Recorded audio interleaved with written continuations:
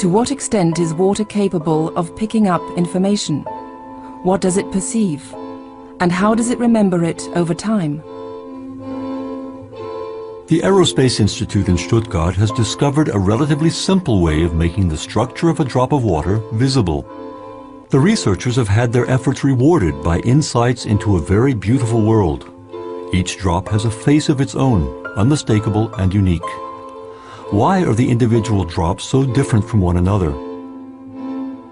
We got a lot of people to come to a lecture hall here at the Institute, gave them all the same water, had them make drops at exactly the same time, collected all the drops, and then discovered that each individual produced different images from the same water. And here you can see the results. There on the right you can see that the images of the individual students are different, but those made by a given student are all quite similar. This is the work of the first experimenter, this one here from the second, this from the third, and this from the fourth.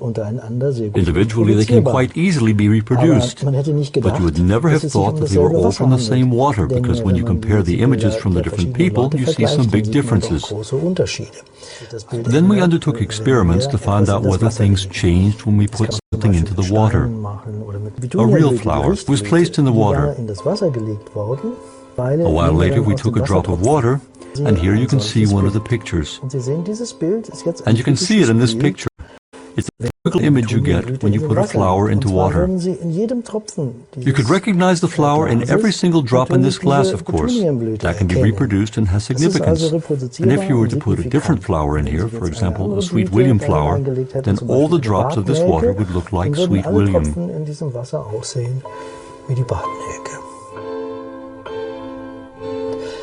The statement that water has a memory practically changes our whole way of looking at the world, of course.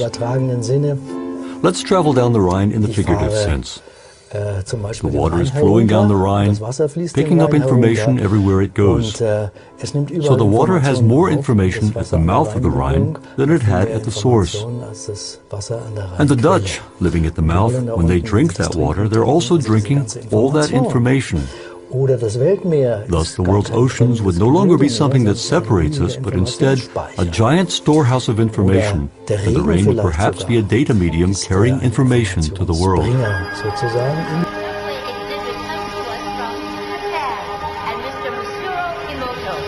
Mr. Emoto became terribly interested in the molecular structure of water and what affects it. Now, water is the most receptive of the four elements. Mr. Emoto thought perhaps it would respond to non-physical events. So he set up a series of studies, applied mental stimuli, and photographed it with a microscope. For one sample of water, we drop about 0.5 cc's onto each 50 petri dishes. Then we take those 50 petri dishes and freeze them in a freezer at minus 25 degrees Celsius for about 3 hours. We take those frozen samples into a refrigerator that is set at minus 5 degrees Celsius, where a microscope with a camera is set up. There we take photographs of each of the 50 water drops individually. We first take photographs of water that we did not put any information in. Then we take the water with information and do the same procedure just described. We take those before and after photographs and compare the differences.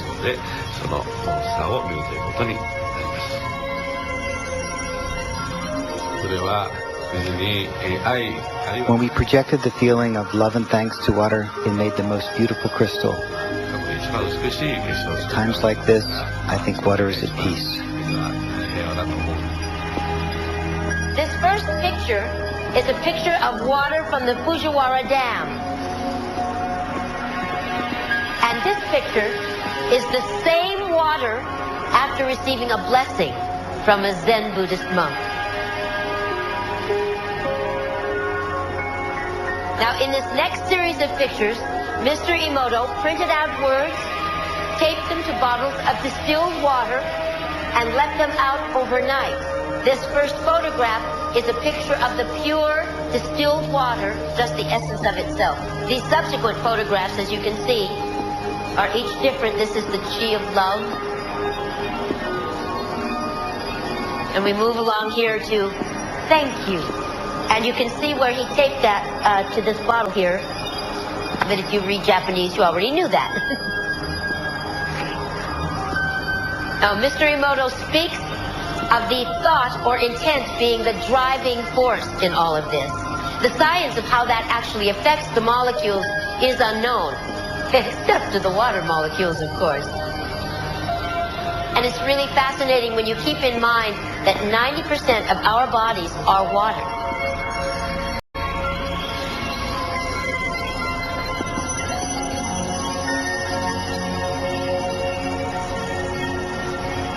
Makes you wonder, doesn't it? If thoughts can do that to water, imagine what our thoughts can do to us.